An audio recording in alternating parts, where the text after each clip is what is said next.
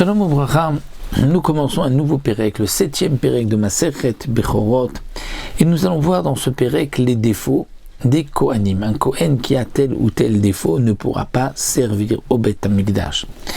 Il y a dans les psukim de Parashat Emor où la Torah nous donne tous les défauts des Kohanim. Donc c'est Mefourage dans Vaïkra où nous avons les défauts des Kohanim détaillés dans la Torah, et un Kohen qui a un défaut ne pourra pas servir au Beth Amikdash.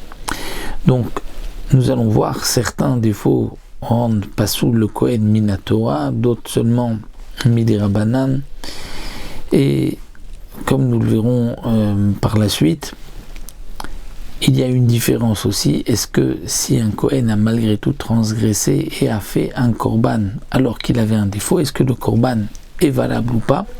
Donc ça, Bezrat Hashem, nous le verrons par la suite. Normalement, si le Kohen a un défaut, le korban n'est pas kasher. Et quel va être le din lorsque ce n'est pas un défaut minatora, un moum midirabanan? Donc Bezrat Hashem, ça nous le verrons tout au long de notre pérec. La première Mishnah commence avec le din suivant, Moumim Elou, c'est-à-dire les défauts que nous avons vus dans le Pérec précédent, qui concernent le Bechor. Eh bien, ces mêmes Moumim, Ben Kvouim Ben Ovrim, qu'ils soient fixes ou qu'ils soient temporaires, Poslim Ba'adam, vont rendre le Kohen Pasoul. Tant que le Kohen a ce défaut, il ne pourra pas servir au Beth Amikdash. Donc, tous les défauts mentionnés dans la Mishnah concernant la bête vont rendre pasoul le Kohen qui va aussi vouloir servir au Beth Amikdash alors qu'il a tel ou tel défaut. Et la Mishnah va rajouter certains défauts qu'on retrouve chez le Kohen l'homme qu'il n'y avait pas chez la bête.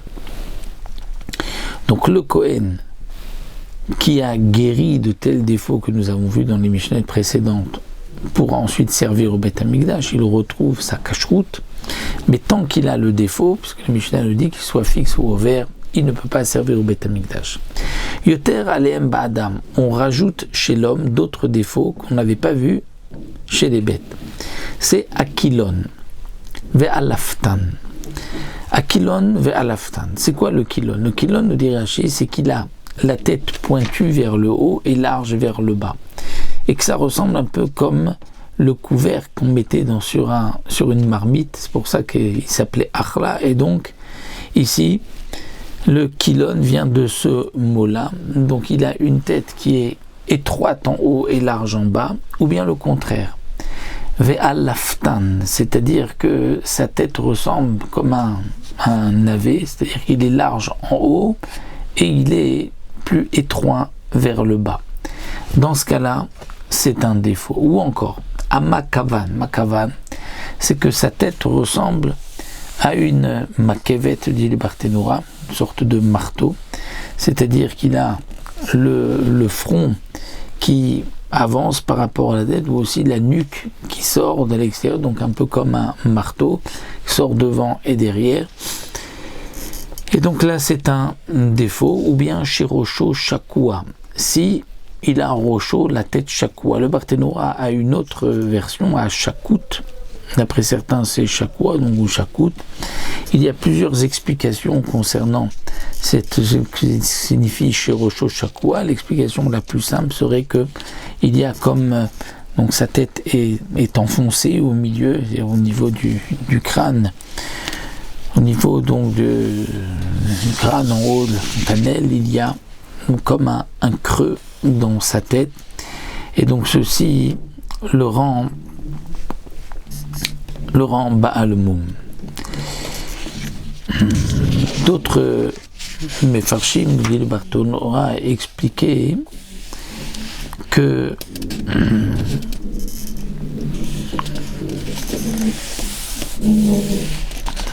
il pourrait y avoir aussi une explication que sa tête, il avance énormément devant, ou au contraire, il me semblerait comme si un morceau de la tête a été coupé.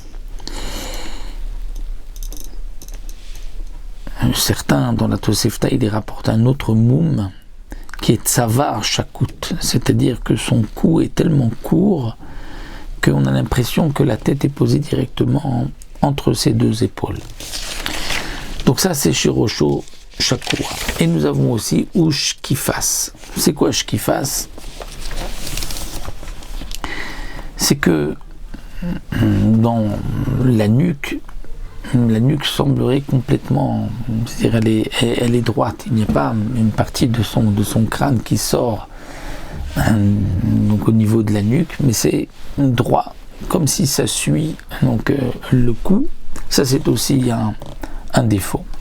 Ou balé achatoteret, ou si un Kohen a une bosse, que ce soit une bosse de chair ou de graisse.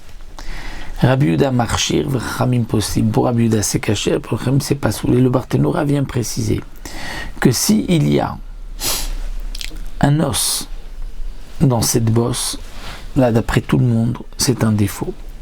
Leur marloquette, c'est quand il n'y a pas d'os. Rabbi Yehuda considère, bon, c'est un petit morceau de chair. Les Chachamim disent non, puisque il n'est pas chavé bezeraron, il n'est pas, on apprend un passage collé chacher bomou bezeraron, c'est-à-dire qu'il faut qu'il soit comme tous les autres kohanim.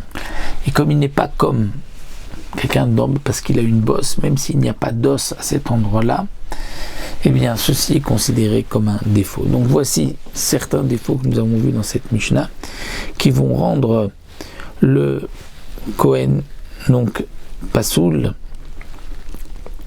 Il ne pourra pas servir au Beth Amikdash, et si il a bien sûr fait un korban, une avoda, eh bien le korban sera pasoul.